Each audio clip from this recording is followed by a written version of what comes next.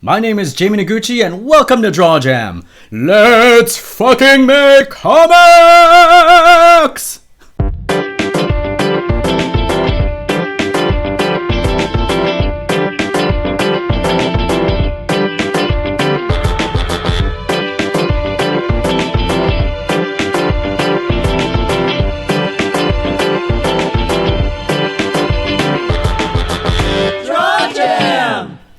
Alright, today is the last part in our 5-part series on making the comics with the fuckings. If you've missed any of the previous parts, you could check out the playlist over here, and you can go back and review some of the stuff you've missed out. Also, if you have a project that you'd like to promote or ask questions or get some feedback on, check out our Facebook page, facebook.com/thedrawjam. We're still building a community there, but hopefully there will be some like-minded individuals out there, creators who are interested in sharing their work or just getting advice or sharing resources and things like that. So check that out. All right, on with the lesson. Today we're going to be talking about promoting your work. You've done all this great stuff. You've made your comic. It's out there in some form. It's either in print as a zine or as an actual big-ass book, or it's being published online. It's out there. And now you got to get eyeballs onto it. So this can be pretty difficult if you're by nature an introverted person.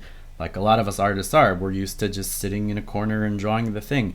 And putting it out there can be pretty stressful. I might seem like I'm really good at talking in public, but this is me sitting in my living room talking to a camera. And I can cut whenever I just stare blankly and have nothing to say, So I can edit this to make it seem like I'm very personable and very outgoing and all that stuff. When in reality, if I'm at a party and I don't know anybody, I'm in the corner looking for the food because I'm really good at eating and I'm really bad at meeting new people. If I'm at a convention, it's a slightly different mode, or if I'm doing an art fight, it's slightly different. But in a normal social situation, I get fucking wigged out. So if you meet me and I'm not talking to you, I'm not intentionally being rude. I'm just really fucking shy. So I know it doesn't seem like that. I understand if the thought of putting your stuff out there is nerve-wracking and terrifying and really awkward. There are platforms and things that we have now that you can mitigate some of that fear. Like all the social networking stuff that's out there, things like Twitter, Facebook, Tumblr, any other platform, Instagram. All you got to do is type some stuff on and just upload a thing and set it and forget it. I mean, that's the easiest way for an introverted person to get their stuff out there. The more things you post, it might seem that you're really outgoing and you're doing a lot of stuff and you're very active on social media, when really you're just in the corner just typing away, and just typing away and putting stuff up. So if you're just starting out and you're not quite ready to go face to face and talk to people, I'd suggest get a whole bunch of social media accounts for your comic, like a Twitter account, Facebook page, Tumblr account, Instagram, all that kind of stuff, and start posting frames of your work on those platforms and tagging them out the wazoo. You got to kind of be strategic on the types of things that you post to the various networks. Instagram likes those square images at a certain resolution. Instagram is great because you can tag it. You can have an entire page of just tags. So if your comic is about office humor, you have the office humor tags like office supplies, dealing with stupid clients. Another thing to put in your tags, if you use certain materials when you're drawing the thing, like if you have a specific brush pen that you use all the time, put that in the tags, because there are fans of equipment and gear who follow those tags on Instagram, and they see that you're using the thing and they'll start following you. Just anything that is related to your work, put it in that tag. Grab a nice little square image of your work, put it up. Make sure a link to your comic or your book or your sales page for your physical book, make sure that's in your profile, because you can't put links in Instagram posts. But make sure your link is somewhere on your profile page. And just say for more on my book, or for more on today's update, or for more on this, check out my profile page. And then people get to that there. Instagram is pretty great for picking up random people. And I just recently started using Instagram. Like, my entire Instagram feed is nothing but my artwork and stuff like that. And I've recently started like tagging random shit into the things. And I've found that I've picked up a lot of random people just looking through my stuff. So I'd say that's really powerful for, you know, showing off visuals. So abuse Instagram, use that shit. Tumblr is also good, a good place for people to share images. I'm not very, my comics aren't viral. Well, you know, office humor, my type of office humor isn't terribly viral, so I don't get a lot of shares on Tumblr. But I mean, that's no reason why you can't do it. Like, I'm a terrible example. Just don't follow my example. But if you have process images of you drawing a thing, and you can turn it into an animated GIF, animated GIF, I don't care. Put that up on Tumblr, because Tumblr loves animated GIFs. GIFs. Fuck it. I'll say GIFs. They love GIFs. Tumblr loves GIFs, and those are easy to share, easy to see. You maybe put a silly caption on it, and then like have a link to your comic or your buy page that way. Facebook. A neat thing you can do on Facebook, actually a neat thing you can do on any of these social networks is like, if you subscribe, or if you sign, or if you join, you get a special thing, like an extra comic, or like a code or something like that. And Facebook pages are set up so that subscribers or people who like your page will see something slightly different when they go back to your page. So you can set up offers or special contests on these various sites. Like, if you tag my thing, I'll draw you like a pickle with a face, like call it a pickle challenge. You can draw weird customized pickles for people if they sign up for your thing. All these social networks are great platforms for you to upload a thing and to tag the thing and to get stuff out there. And it's slow going at first, especially if your content isn't clickbaity or viral or anything like that.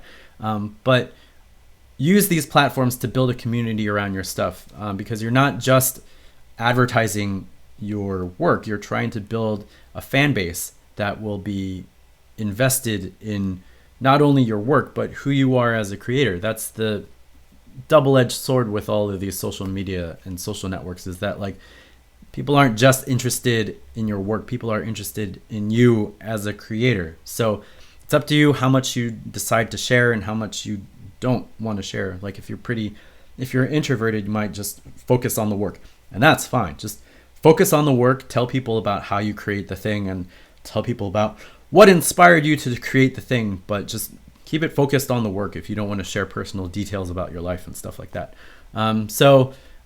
It's a great, leveraging social media is a great way to get started with promoting your stuff. And you can leave it at that, because I know a lot of people who've gotten really far just promoting their stuff online. They've never gone to like a comic shop or a convention or anything like that, where it requires a little bit more face-to-face time. So social media, leverage the shit out of social media. That's the number one way to sort of jumpstart your promotions. If you are brave enough to go out into the real world and interact with real people, your local comic book shop is your greatest ally, depending on whether or not they're open to it. So you gotta kind of gauge the atmosphere of your local comic shop. I've gone to some shops that feel really hostile to new people coming in, and like, I'm a fucking nerd. Like, I am the demographic for going into a comic shop, and I hate it when you go into a new shop and they don't know you and they just give you that weird, like, what the fuck are you doing here stare. So if that's the kind of comic shop that is local to you, go to a different comic shop, because they don't want your money and they're not gonna fucking help you. If, however, your local comic book shop is awesome, like Phantom Comics in DuPont Circle here in DC, fucking go there. Get to know the people who work there. Get to know the manager. get to know the entire community built around that comic shop, because that's going to be your greatest ally when it comes to promoting your new work and new things that you have coming out. They might even stock your stuff on a shelf. They might even set up a great signing for you. They might even help you set up a release party. I mean, getting to know a local comic shop that's really invested in building a community around that shop, or working with local creators, that's your most powerful ally. Just get in there, because they also have subscribers that they interact with online and also in shop. So they can plug you in. They can help promote your work to new eyes that wouldn't necessarily see your stuff, because you don't have like a big publisher like an Image or a Marvel or a DC. So getting to know your local comic shop, if your local comic shop is awesome, and if your local comic shop is willing to work with local creators, that is your greatest ally next to social media. So go out there, and if you have a good shop that's near you, check it out, abuse the shit out of it, get to know those people. If your local shop is terrible, drive to a different shop. I don't understand why some comic shops treat people like that, especially new people walking in. Like, it's not the biggest industry to begin with, at least on the publishing side, and you kind of need to grow your business. So like, I would think that more shops would be open to new people walking in, but that's not always the case. It's weird. It's fucking weird, strange. Another great way to do a lot of in-person promotion and networking are local meetup groups. Sometimes cartoonists band together and hang out with each other because they don't want to always spend money to see each other. Like, we see a lot of each other at conventions, but those always cost money. So sometimes there are local communities of cartoonists that get together and hang out for like a drink and draw, or just to hang out. Here in the DC area, there are a couple of them. I was a part of the Washington Webtoonists, and we're still around. We just haven't had a lot of in-person meetings in a while. I should fucking fix that. Anyway, I started going to the Washington Webtoonist meetups a while ago when I first started getting back into webcomics. And I met a lot of people that I still work with today through that. So if there is a local group near you that meets on a regular basis, like once a month or once every 2 months, or if there's like a drink and draw, or if there's like a Dr. Sketchies or something like that, if there's any one of these art group meetup thingies, go to those, because it's great to meet your peers. It's great to network with them and to, bounce ideas off of them. Sometimes they'll have ideas for how you can promote your work. Sometimes you'll have ideas on how they can promote their work. You can share process ideas or resources and things like that. If they're going to a convention, maybe they'll want some help. Meet your fellow creators, because a lot of times they can help you grow in ways that you never thought you could. So local meetups are great. Local hangouts are great. If there isn't one near you, you can start one. And again, I know it can be difficult to meet new people, because I'm very bad at it. And if you're bad at it and you're trying to start something, that can be kind of, I don't know, nerve-wracking. But just set up like a meetup at a local mall, like a food court thing. Low stress. Don't have to plan anything. You don't have to like reserve tables or anything. Just hang out. If you're at a food court, anyone can get whatever the fuck they want to eat. You don't all have to agree on something. And start small, invite a friend, have them invite a friend, and grow organically. So if you don't have anything near you, start a thing. That's what this is all about. Start the thing. Like, draw the thing, start a local group, start a local meetup, all that kind of shit. Just if it doesn't exist, make it exist. If it does exist, go and be a part of the community, because that's the best way to build your art career. The next level of in-person promotion and networking is going to a convention. And I'm probably going to do a separate video just on conventions, because there's so much to cover. But when you're starting out, try to find a local show. don't start out going to like a big ass show like a Otakon or Anime Expo or San Diego Comic Con, because that's gonna punch you in the face. Start small. And we're in a time when conventions are popping up all over the place. Big conventions, small conventions, first year conventions, all that kind of stuff. So try to seek out a local show that's close to you, that you don't have to spend a whole lot of money on, that doesn't cost a lot to get into, and start there. And then when you feel like you're ready, you can graduate to one of these bigger shows like an Otakon or an Anime Expo or Anime Boston or stuff like that, or Baltimore Comic Con. So start small, work your way up to the bigger ones. Cons are great to meet people in person, meet fans in person or potential fans in person, meeting your table neighbors as creators. I've met a lot of great people just tabling at a show, and they become good friends throughout the years, and I can bounce ideas off of them and all that kind of stuff. So conventions are great.